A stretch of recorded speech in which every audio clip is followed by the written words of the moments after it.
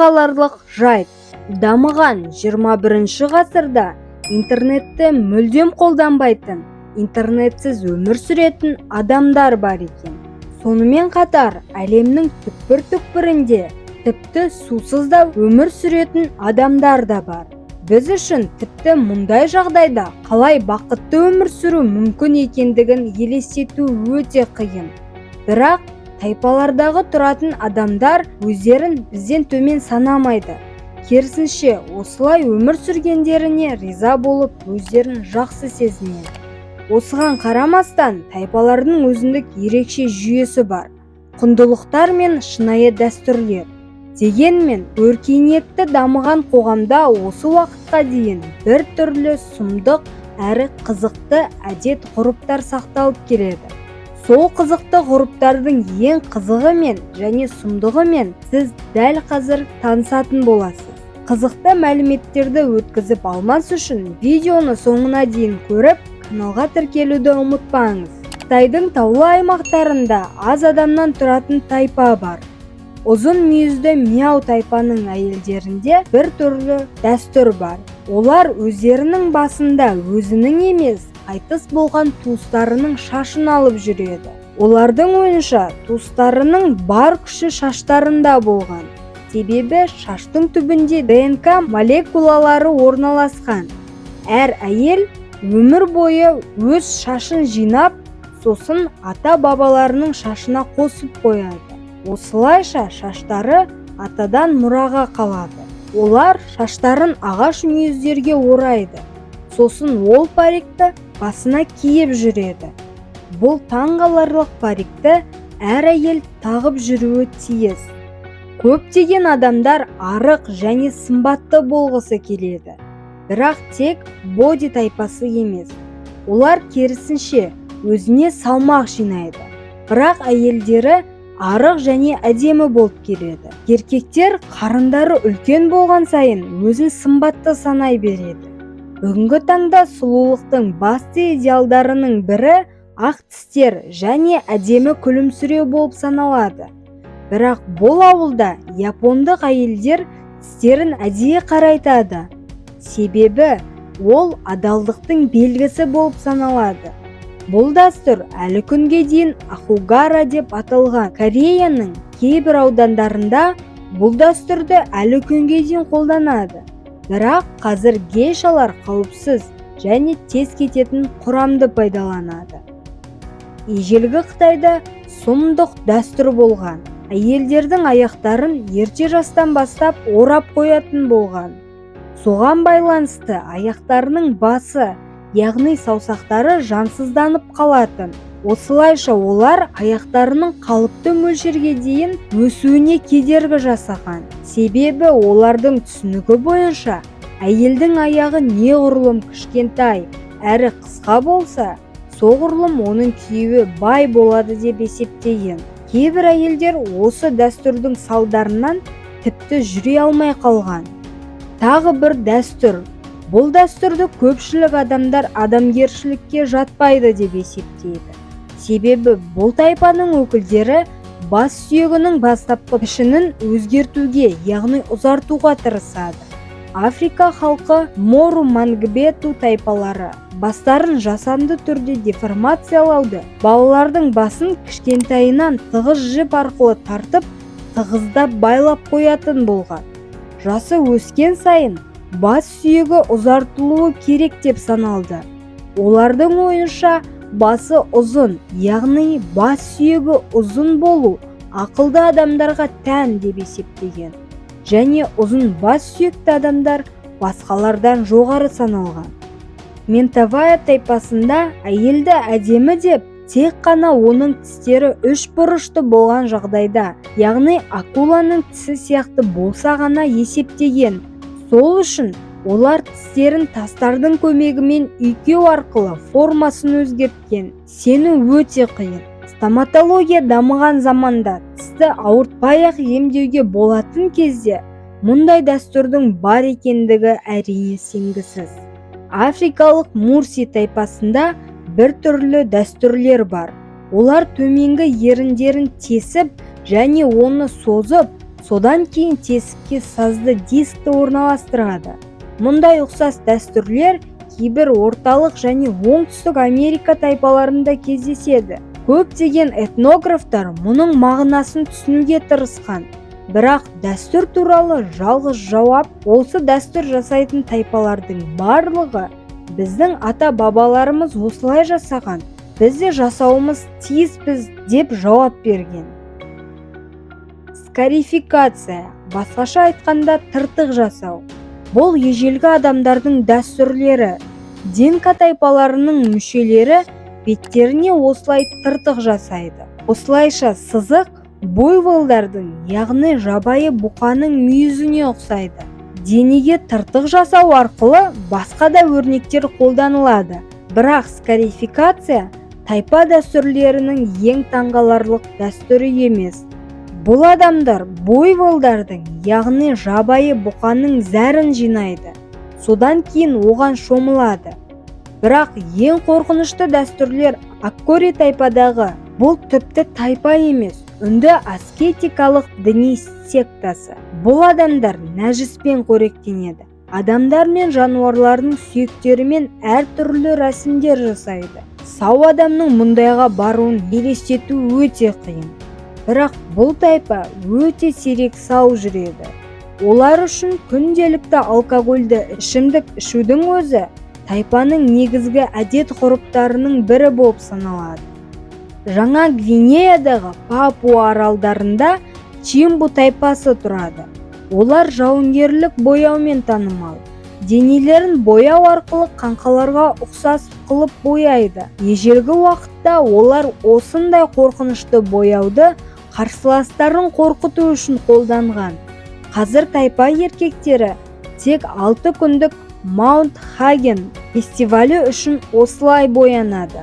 Бұл фестивальда алпы тайпаның өкілдері жиналады. Амазонка бассейнінің батысында тұратын Карубо тайпасы ең агрессивті тайпаның бірі болып саналады. Олар жауларын қорқыту үшін денелерін боямайды. Оның орнына олар әрқашан өзімен бірге дубин алып жүреді. Сол үшін оларды бас алушылар деп те атайды. Каруба сөзінің сөзбе-сөз аудармасы дубинкалы адамдар болып табылады. Олар көршілеріне жиі шабуыл жасайтын тайпалар болып саналады.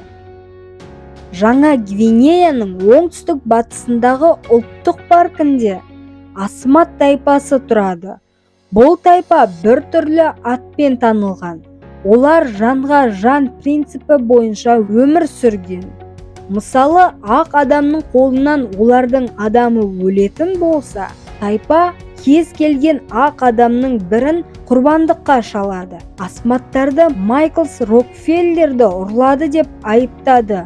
Алайда бай және беделді отбасының мұрагерінің жоғалуы әлі күнге дейін құпия болып келеді. Апачи.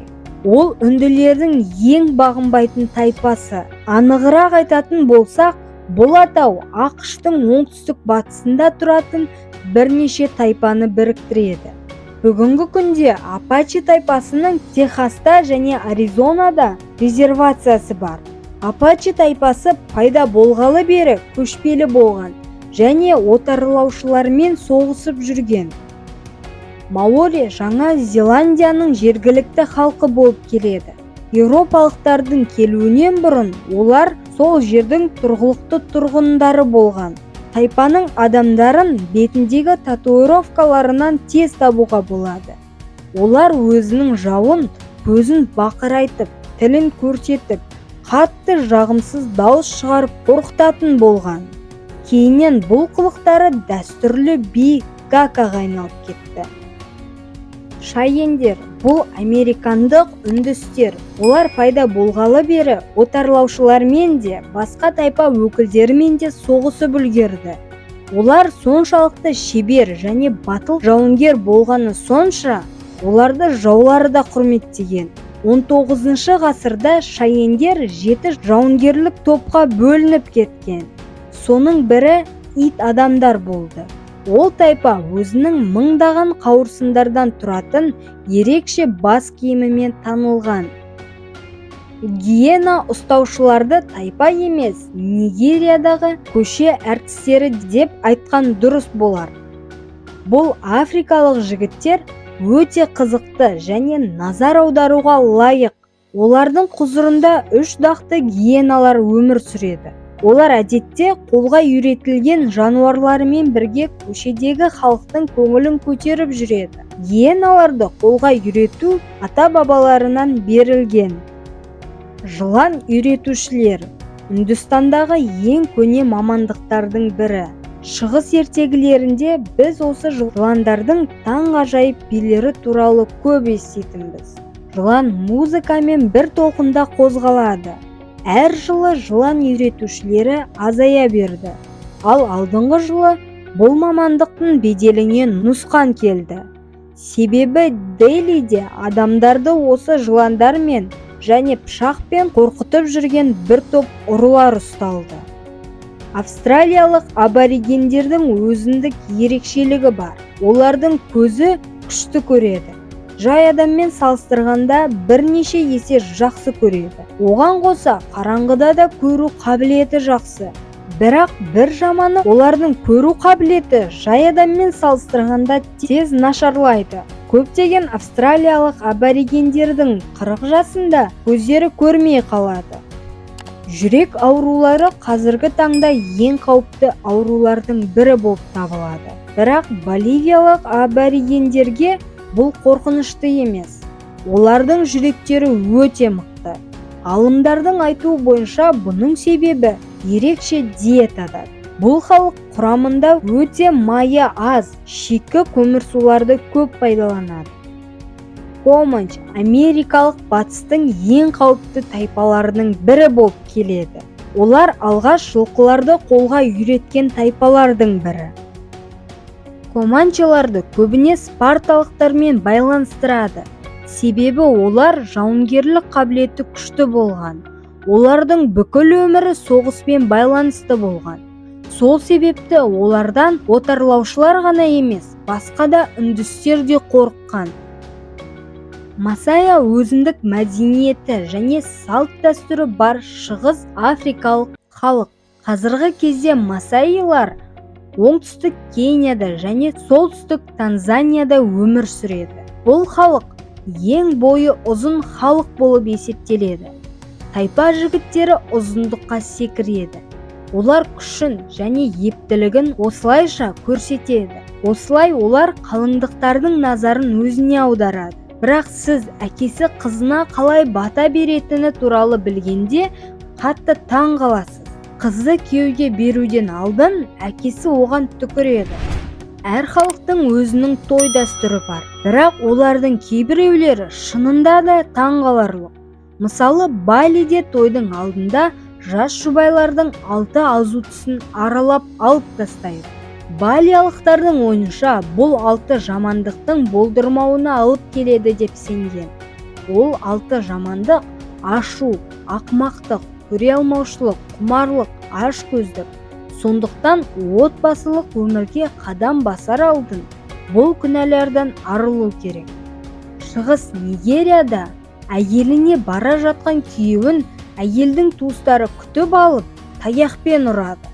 Бұл салт дәстүрге қарап, біз қазақтар қалың мал беріп жақсы құтылып кетеді екенбіз деуге болады. Африкалық халықта отбасылық өмір қиындықтардан басталады. Мысалы, бұл кадрлардан күйеудің туыстары әйелінің үйіне келіп, оның денесіне көң жағады. Олар осылай әйелді отбасына қабылдайтынын көрсетеді. Көп отбасында неке мәселесіне келгенде ата-анасына қарсы шығуға құқығы жоқ. Сол себепті жұбайларын ата-анасы тауып береді және қызы қарсы келе алмайды. Көбіне отбасы өзінің кәмелет жасқа толмаған қызын тек қалың мал үшін ғана күйеуге беретін еді. Қазіргі заманда мұндай әлі бар екенін ойлау қорқынышты. Бірақ бұндай жағдай әлі де шынымен кездеседі екен. Осындай қызықты видеоларды өткізіп алмау үшін каналға тіркеліп қолдау көрсетуді ұмытпаңыздар.